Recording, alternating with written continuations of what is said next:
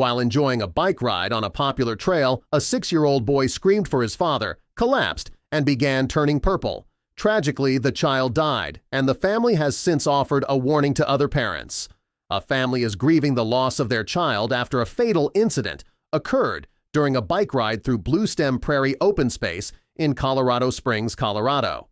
Now, the tragedy is bringing awareness to the danger posed to all who venture outdoors in almost every state in the U.S. According to a fundraiser set up for the family, Nick Karat took his 6-year-old son Simon and his daughter Renee on a bike ride through the state park, which is popular for its natural trails. Nick pulled Renee in a bike carrier while Simon rode his own bike along the plains. However, things took a terrifying turn when the family stopped for a water break. While taking a water break, Nick Karat heard his son, 6-year-old Simon, scream before collapsing and turning purple. Simon had run ahead to look at a mile marker sign when Nick suddenly heard a gut-wrenching cry. "Rattlesnake!" the boy screamed in terror. Nick turned to see his son collapse and begin to turn purple. The father scooped up his child and started running for the nearest house across the prairie. The homeowner heard Nick's cries for help and immediately called emergency paramedics, who arrived within minutes to transport the boy to the hospital, KDVR reports. The family states that Simon was in cardiac arrest for over 20 minutes and had to be resuscitated on the way to the local hospital. Anti-venom and a blood transfusion were administered to the boy, and he was later transferred via helicopter to the main children's hospital in Aurora for specialized treatment in a desperate effort to save his life. Just after Simon was transferred to Aurora, his little sister Anna was rushed to the hospital by her aunt for having a seizure due to an existing medical condition. After arriving at the medical center, the little girl had several more seizures, prompting Nick to drive back while his wife stayed with their son. Doctors eventually transferred Anna to the same hospital as her brother, so that the parents could be with both of their children. Anna was soon discharged. Sadly, the venom had done too much damage to Simon's little body.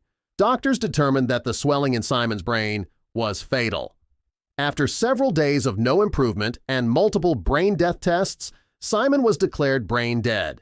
4 excruciating days after the bite occurred, Simon was removed from his breathing tube and he passed away in his parents' arms. Experts are pointing to Simon's case to warn others about the dangers of rattlesnake bites. Rattlesnakes live in nearly every U.S. state. Most bites are survivable when treated with anti-venom, but not always, as Simon's case sadly proved. In a lot of cases, you are going to hear that distinct rattle, and what you should do in that case is freeze in place. Colorado Parks and Wildlife Public Information Officer Jason Clay said, "This reduces you as a threat to that snake, and it allows you to find out where that snake is at. If there is a rattlesnake on the trail, go around it. Don't ever try to move that snake or get it out of the way." A lot of times, that's how bites occur, people trying to get a snake out of the way.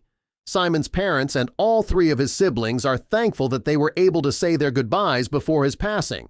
Although the family is grieving, they said they are clinging to their faith in Christ to get them through the tragedy. Experts advise that if you encounter a rattlesnake, the best course of action is identifying the location of the reptile and then slowly back away. If bitten, experts recommend staying calm and heading to the nearest medical facility. They also warn against using an ice pack, administering a tourniquet, or attempting to suck out the venom by mouth. Nick Karat's family hopes that Simon's story will inspire others as well as warn them to always be prepared while exploring the outdoors. They have asked for prayers as they navigate through the loss of a young child. The family also wants to ensure that parents understand the unpredictable nature of such accidents and the importance of quick action. In many instances, knowing how to respond to a venomous snakebite can mean the difference between life and death. The Karat family hopes their tragic experience will serve as a wake-up call for others to remain vigilant while hiking or biking in areas known for snake activity. Simon's story highlights a broader issue that has been ongoing for years. Encounters between humans and wildlife are becoming more frequent as cities and towns expand into previously undisturbed habitats. Experts say that as people venture into natural areas, they must recognize the presence of animals like rattlesnakes and take precautions to avoid dangerous encounters. While the odds of encountering a rattlesnake on a public trail remain relatively low, wildlife experts stress the importance of carrying essentials such as a first aid kit and knowing the nearest emergency medical centers in case of an emergency. In Simon's case, the quick response of paramedics and the administration of anti-venom were not enough to save him, underscoring the reality that every second counts when dealing with venomous snake bites. The tragedy has ignited discussions in local communities about the need for more public education on venomous snakes and other potential hazards of outdoor activities. Some have even proposed adding more visible signage in high-traffic areas like Bluestem Prairie Open Space, warning visitors of the presence of rattlesnakes and providing tips on what to do in the event of a bite. As the family continues to grieve, local churches and community members have rallied to offer support. Vigils have been held, and a memorial service was organized to honor Simon's memory. Friends and neighbors have spoken out about the impact Simon had on their lives, describing him as a bright, adventurous, and loving child who always wore a smile. The online fundraiser, initially set up to help with medical expenses, has far surpassed its goal, with donations pouring in from people across the country. The extra funds, the family has said, will be used to raise awareness about snake bite safety and possibly establish a foundation in Simon's name dedicated to educating the public about outdoor safety. Simon's parents, although heartbroken, have remained vocal in their hope that no other family will have to experience such a devastating loss. They've shared their desire to partner with local authorities and wildlife organizations to push for more stringent safety measures in state parks and trails. The Currents are also considering lobbying for the development of a smartphone app that could provide hikers, bikers, and outdoor enthusiasts with real-time information on wildlife sightings, including dangerous animals like rattlesnakes. They believe that technological advancements could help save lives by providing instant access to critical safety information. Additionally, experts have pointed out that children, in particular, may be more vulnerable to venomous snake bites due to their smaller body size and natural curiosity. Parents are being urged to teach their children about the dangers of approaching wildlife and to ensure they understand how to react if they ever hear a rattlesnake's warning rattle. Wildlife professionals in Colorado are working with local schools to develop educational programs that teach children how to safely explore the outdoors. These programs emphasize the importance of staying on designated trails, paying attention to surroundings, and never approaching or attempting to handle wild animals, no matter how harmless they may appear. While Simon's death has undoubtedly shaken the community, his legacy will live on through the awareness campaigns and safety measures his family and others are working to implement. The hope is that his story will prevent similar tragedies in the future and encourage families to better prepare for outdoor adventures. Nick and his wife have said that their faith has been a source of strength in the midst of their grief. They've shared that while they are devastated by Simon's passing, they take comfort in the belief that he is now in a better place, free from pain and suffering. Their faith has also inspired them to give back to the community and help others avoid the same fate.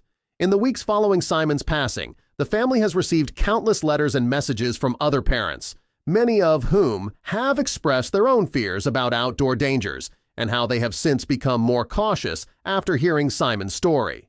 The Currents have responded to many of these messages, offering support and sharing their mission of spreading awareness.